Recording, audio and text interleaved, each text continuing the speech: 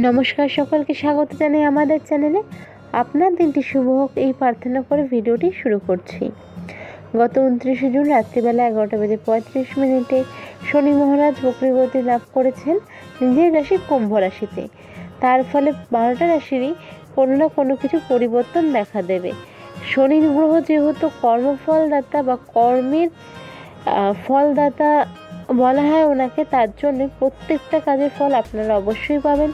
সেটা যদি খারাপ হয় তবে খারাপ, যদি ভালো হয় তবে ভালো। কোনো গ্রহ যখন বকরি হয় তো তখন তার ক্ষমতা বেড়ে যায় অনেক গুণ।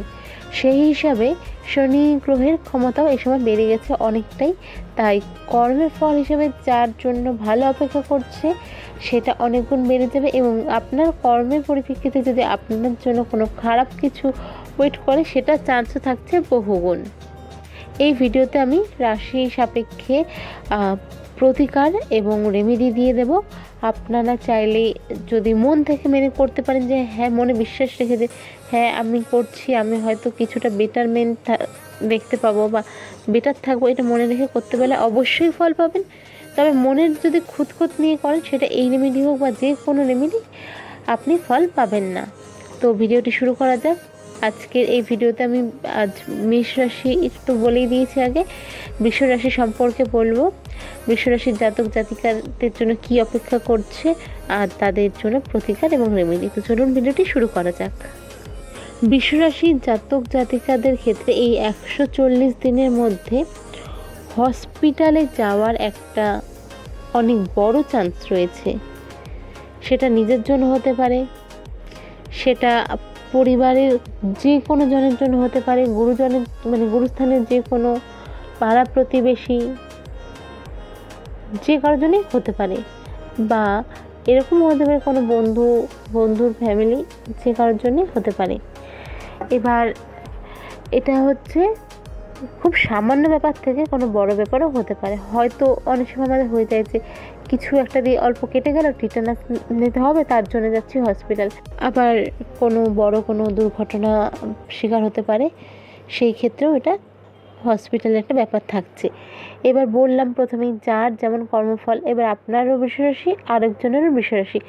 আপনি সারা জীবন সৎ থেকেছেন আর অসৎ পথে আরেকজন কাজ করেছে। এবার বুঝতে পারছেন তো ব্যাপারটা আমি কি বললাম, যে কর্মফল সবার জন্যই আছে, সব কর্মেরই ফল পাবেন, এবং সবার জন্যই একই জিনিস ওয়েট করছে, কারো কম কারো বেশি।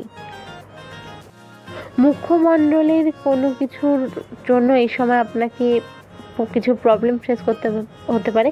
যেমন ধরুন চোখের একটু প্রবলেম হলো, চোখে হালকা ইনফেকশন হলো, স্কিনে ইনফেকশন হলো, মুখে কিছু গোটা উঠলো, বা দাঁতের কোনো প্রবলেম হলো, এসব কারণের জন্য আপনাকে কিছু প্রবলেম ফেস করতে হবে। এই সময় বৃষ রাশির মুখমণ্ডলের ওপর এফেক্ট করতে পারে।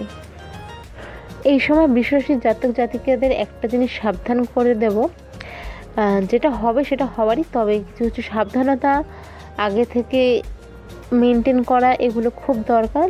এর জন্যই অ্যাস্ট্রোলজি। তো মাতৃতুল্য বা মায়ের হেলথের দিকে ভীষণভাবে খেয়াল রাখবেন। হুটহাট নতুন কোথাও গিয়ে ঠান্ডা লাগা, কোনো কিছু উল্টোপাল্টা খেয়ে পেট খারাপ হওয়া, বা নানান ধরনের ছোটোখাটো অসুখ দেখা দেওয়া এই সময় কিন্তু হতে পারে। তো একটু মায়ের শরীরের দিকে এই সময় খেয়াল রাখবেন। একটা খুব ভালো বিষয় হলো এই সময় বৃষ রাশির পারচেসের ব্যাপারটা আসছে, প্রপার্টি। এই সময় বৃষ রাশির জাতক জাতিকারা অনেকদিন ধরে যেটা চেষ্টা করছিলেন, কোনো না কোনোভাবে হয়েও হচ্ছে না, ওরকম কোনো প্রপার্টি কেনার যদি কোনো টেন্ডেন্সি থাকে বা কথা চলতে থাকে, এই সময় তা ফাইনাল হওয়ার চান্স রয়েছে 99%। বৃষ রাশির ক্ষেত্রে এই সময় সেভাবে দাম্পত্য জীবনে প্রবলেম দেখা দেবে না। এবার যেটা হচ্ছে সত্যি বেসিক জিনিস হয়, যে ধরুন আপনি বৃষ রাশি, আপনার পার্টনার অন্য রাশি, দুজনেরই আছে দাম্পত্য সময় এই সময় ভালো যাবে, অবশ্যই তাহলে খুবই ভালো যাবে, স্মুথলি যাবে। তবে আপনার আছে যেমন ভালো যাবে, বাট আপনার পার্টনারের এই সময় যদি রাশি অনুযায়ী যে অবস্ট্যাকলস আসবে, তাহলে হয়তো ছোটোখাটো মনোমালিন্য হতে পারে। লাভ লাইফে এই সময় অবস্ট্যাকলস দেখা দেবে, অর্থাৎ এই সময় দাম্পত্য সম্পর্ক ভালো দেখালেও লাভ লাইফের ক্ষেত্রে বেশ কিছুটা অবস্ট্যাকলস আসতে পারে। বৃষ রাশি জাতক জাতিকা যারা বিজনেসের সঙ্গে যুক্ত রয়েছেন, সেটা যে কোনো ধরনেরই হোক না কেন, একটু বুঝে শুনে এই সময় লেনদেন করবেন। জিনিসপত্র কোথা থেকে আনছেন সেক্ষেত্রেও একটু খুব সাবধানতা বজায় রাখবেন। কোনো জিনিস পরের জন্য ফেলে রাখবেন না। বিজনেসের ক্ষেত্রে অবশ্যই সঙ্গে সঙ্গে করার চেষ্টা করবেন এবং যতই বিশ্বাসযোগ্য হোক কাউকে দিয়ে নিজে না হোক করে লেনদেন করানোর ব্যাপারে খুব সাবধান। আচ্ছা, এগুলো তো হলো প্রবলেম। এর সলিউশন কি? হ্যাঁ, অবশ্যই আছে এর সলিউশন। যেহেতু শনি মহারাজ বক্রী হয়েছেন, নিজেকে সৎ থাকতে হবে 1 নাম্বার। আপনার যদি সম্ভব হয় কাউকে হেল্প করার, যে আপনার মনে হয় নিডি পারসন, যে ওনার সত্যি হেল্প দরকার, ওনাকে আমি হেল্পটা করে দিই, এমন কোনো পার্সনকে না যে আজকে হয়তো প্রবলেম আছে কালকে ঠিক হয়ে যাবে, এমন নয়। যে নিডি এমন কোনো মানুষকে অবশ্যই হেল্প করুন।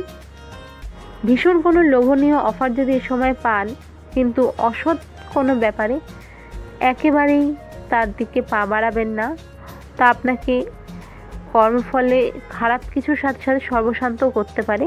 তো এগুলিকে রেমেডিজের মধ্যেই রাখবেন, যে সৎ থাকবেন, প্রতিদিন আপনি যতটা সম্ভব ভালো কাজ করার চেষ্টা করবেন, গরিব দুঃখীদের আপনার দ্বারা যেইটুকুনো সম্ভব, ধরুন কেউ একজন না খাওয়া রয়েছে, তাকে আপনি খাওয়ার চাচ্ছে, আপনার কাছে আপনার সামর্থ্য খুব বেশি হলে 10 টাকা 20 টাকা, আপনি সেই হিসাবে কেক বিস্কিট দিয়ে দিন, হয়ে গেল।